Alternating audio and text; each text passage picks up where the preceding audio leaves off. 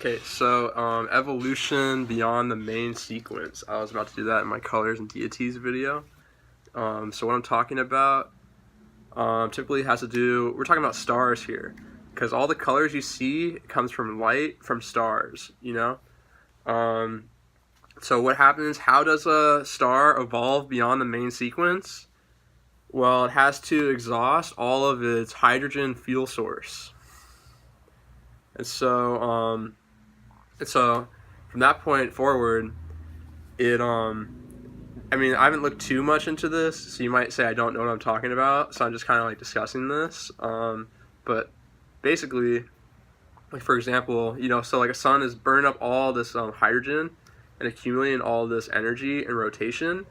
And so like typically, I don't want to say typically, but I know for some stars, after they burn off their fuel source, they could acquire a rotation and they'll start spinning rapidly.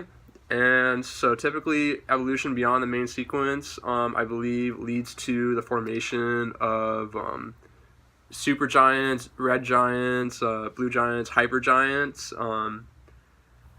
yeah, hypergiants I think are the largest ones so far. And so yeah, this is almost like the creation of. Now I'm about to get spiritual. So like this is almost like kind of like the creation of Nephilim spirits per se. And so yeah, the final outcome of any star would be, I mean, I don't want to say any star because I think there's different forms of ways for stars to die. So that would be like supernova, right? I think there's also hypernovas and kilonovas, right? But like supernova, that would be like the end result of a star, and that would release a like a gamma ray burst, which and that's how that leads to like genetic mutations, gene splicing. That's like fallen. That's a form of fallen angels per se, like like Saturn, right? Um, and so also supernovas can ignite, help ignite baby stars like Jupiter per se. So I think certain stars that are about to go supernova, these are like de-evolution, like rapid decrease, right? Like evolution, expansion, de-evolution, restriction. That would deal with I think beta. What is it? Beta Centauri, which is also one of the brightest stars that we can see, is about to go supernova sometime. And I think maybe Alpha Orion. So that's a really bright star. It's either Alpha Orion or Beta Orion. I think it's Alpha Orion that's going to go supernova, and Beta Centauri. So we're about to see some serious stuff. But yeah, back to evolution beyond the main sequence. So like, for example, like you run out of a fuel source and you have to either adapt, like create a rotation that's already been formulated, and that leads to expansion, so like creation of Nephilim spirits. And so like imagine like in your mind, so like breaking through to the matrix and figuring out how to create Nephilim spirits, how to like become a Nephilim spirit or create them. So yeah, this is really, I'm just getting really hypothetical here. And it's like figuring out how to break through also deals with like like expansion, because like we run out of fuel on this planet, and then we have to figure out how to get to different planets and colonize, right? And so yeah, I recommend playing StarCraft 2, waiting for StarCraft 3 to come out, whenever that's going to happen, but I don't really know.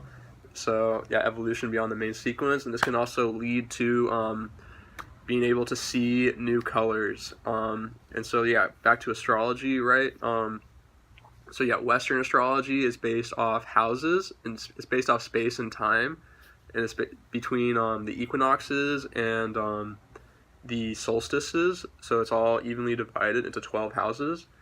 So that's why when they're talking about 13 signs, what you're really, I mean, there are constellations in like that cipher around.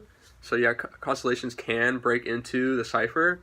That's possible, but it doesn't deal with 13 signs in the Western format. There always is 12 houses. A 13th house would just corrupt the system, unless you're dealing with like lunar months, right? Because there are technically 13 lunar months, because there are 28 days in a lunar month. so there are 13 months, like moon months, but there's also 12 months, like as in solar houses, so they are both correct. Um, so yeah, evolution beyond the main. So then, so like the stars are all rotating, but however they are going in different directions, such as like and then the constellation Draco is expanding. Right now, I think it expands from Aries all the way to Sagittarius.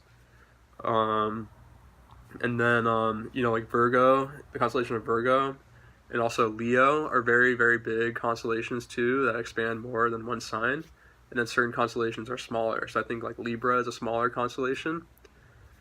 So yeah, like the rotation of stars is not even. So yeah, Vedic is very accurate, but there's also kind of like glitches because stars are kind of moving like sporadically, right?